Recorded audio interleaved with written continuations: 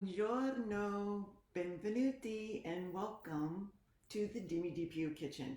So this morning it's all about the cappuccino. So I'm going to show you how to make an authentic cappuccino in your own kitchen. No Starbucks line, no $5 cappuccino.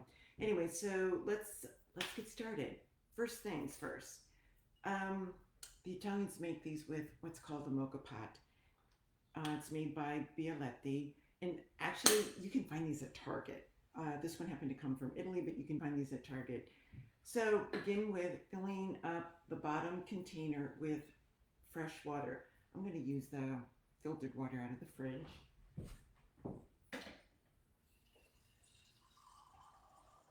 And oops.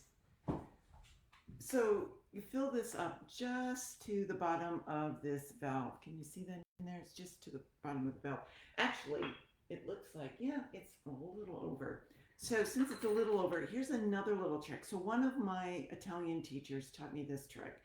So what you do is you just pour like a little teaspoon of water in the top container of your mocha pot. So the bottom is filled with cold water just up to the valve. Then here's the little filter basket. Drop that in. Actually, let me move this down so you can see what I'm doing here.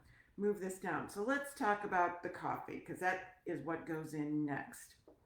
So a couple of options.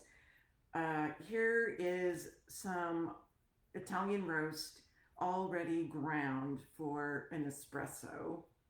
And another option is, oops, I'm not going to show the name of this, beans. So I'm going to do actually half and half today. So I'm going to turn on the little burr grinder and grind up some beans fresh because the smell is amazing. And then we'll top off with the ground coffee, which I buy online. Honestly, I don't know what it is, but it's hard to find at the grocery store. So I buy it online and get a really good price on it. It doesn't cost much more than what I paid for it in Italy. So, oh, the smell. Oh, this is the best. I swear. So go ahead and spoon in the freshly ground beans. And on the burr grinder, I do this like on the setting that is the next to the last finest setting for an espresso blend on this because you using the same kind of blend for like a drip or even a French press doesn't work. It needs to be fine. So pile that into the little basket. And you can see that it's not quite full, so I'm going to top off with a little of the pre-ground coffee. And you can see there's a slight difference in the color. So here's something I have learned over time by making this mistake more than once, because sometimes I'm a slow learner, is there's no need to pack down the grinds or the ground coffee. So get out a little butter knife and just kind of tap the top to level it off. Do a little tap tap. I always think that I watch too many movies, too many Italian movies where there's drug dealing and mafia things. So I always think about making a line of cocaine here. So just level it off with the back of the butter knife, kind of smooth it off a bit. Maybe, just maybe, give one tap, but that's it. Because if it gets packed down too tightly, there's not enough pressure created from the boiling water to push it through the filter to get your little cafe, your little cappuccino, your little coffee in the morning. So now we just screw on the top. There's a little water in there because it'll get really hot. This gets really hot before the water comes through the filter to make the coffee. So put a little water in there and it keeps the top cool down. That is a tip that I got from one of my Italian teachers. So then screw on the top. There we go. And pop it onto the top of the stove. on high as you can get it, and then you let it go. And then we come back and prepare the milk.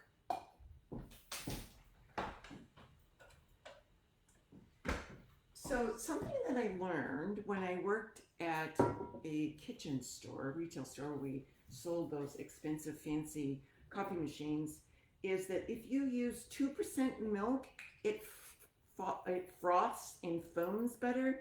So I'm using 2% here. I'm just gonna kind of eyeball this. Yeah, that looks about right. Maybe it's a little extra, but anyway. So eyeballing this little milk, and then this gets popped on the stove on low heat.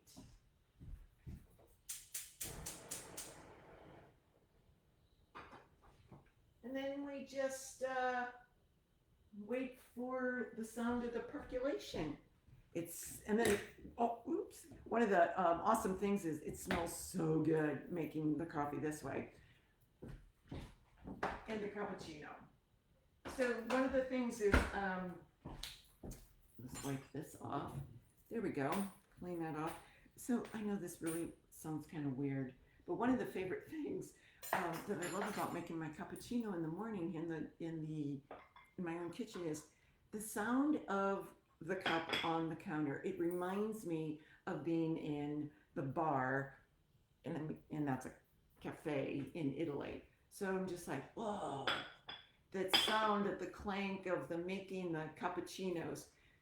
And one of the other cool things that they do in Italy is what's called, you can order a cafe sospeso, which is when you pay for two cafes, essentially what we call espresso here in the United States, two cafes, and you drink just one. And then that one is like a pay it forward kind of thing. Later in the day or a next day, somebody who is doesn't have the money for a coffee can go into a cafe and ask if there's any cafe sospesos available, and then the barista will give them a free cafe.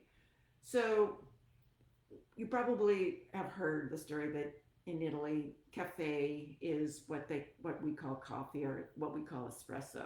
For them, it means coffee.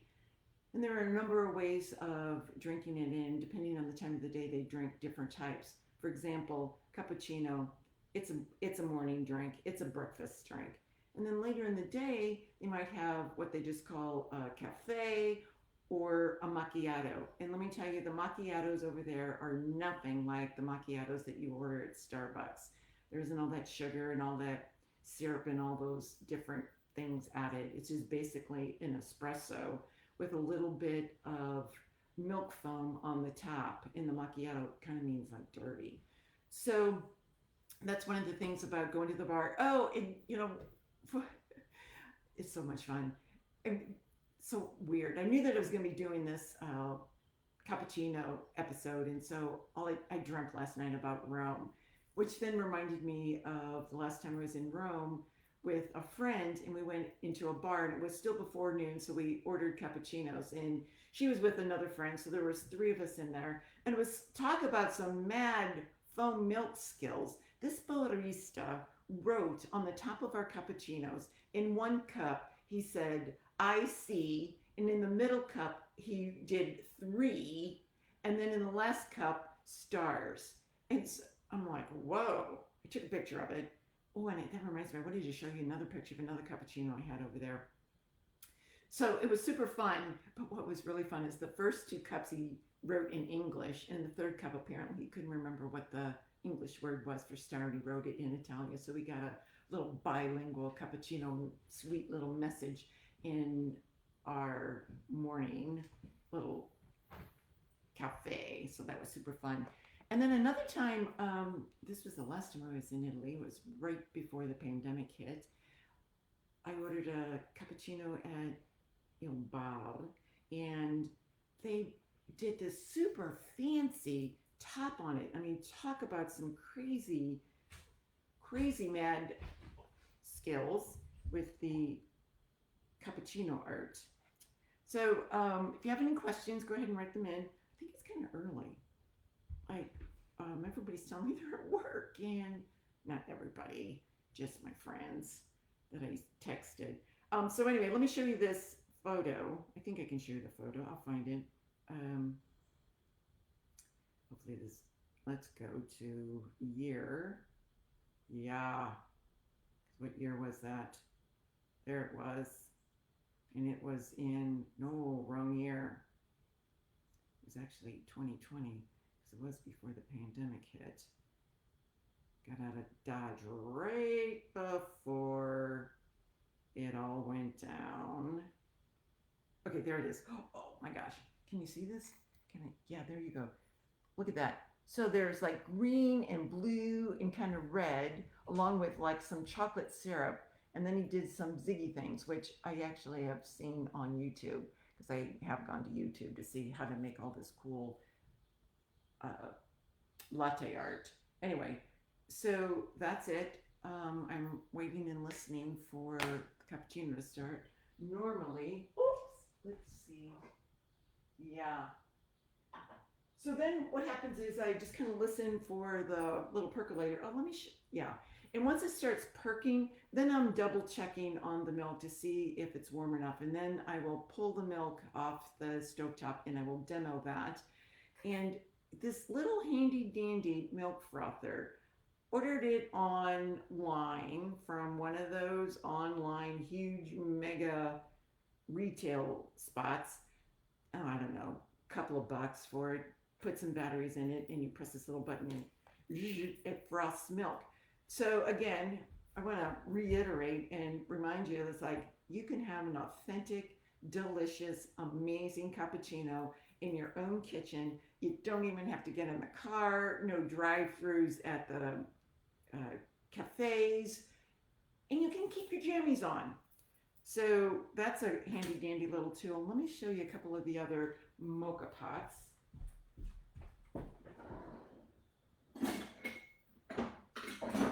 They come in several different sizes. So here is one that makes about 6 cups. The one that I'm demoing this morning makes about 3 cups. I drank them all anyway. Oh, I hear it percolating. Can you hear it? Oh my God, I love that sound. And then, yep.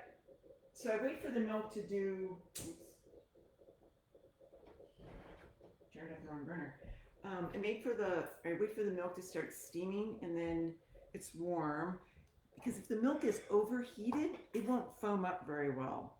So now I just dip my little frother in there. You can see just frothy froth.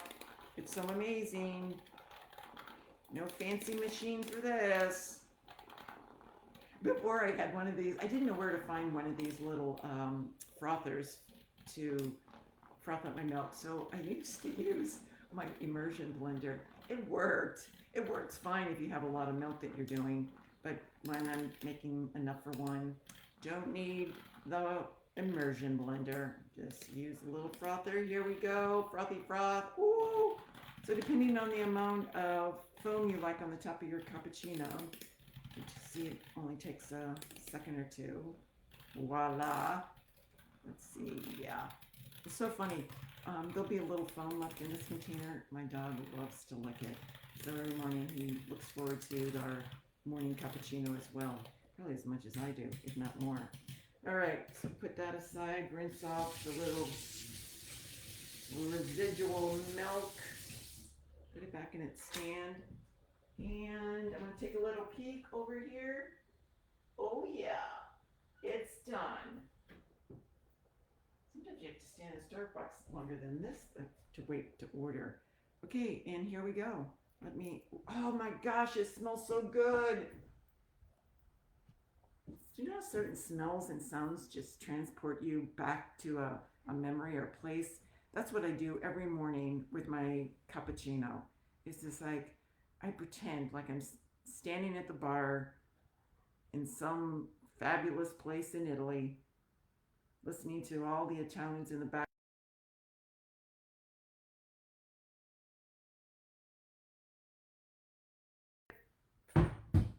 And then just pour the milk into the espresso, and then I spoon a little of the foam on top, and voila, authentic Italian cappuccino. Costs, I don't know, under a buck maybe. No fancy equipment.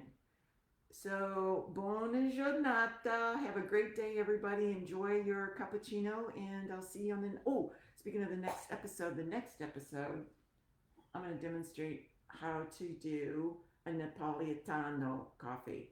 It's so funny. Based on the region in Italy, they do coffee differently. Anyway, I'll show you how to do this one. This is super fun too. Ciao! Ciao tutti!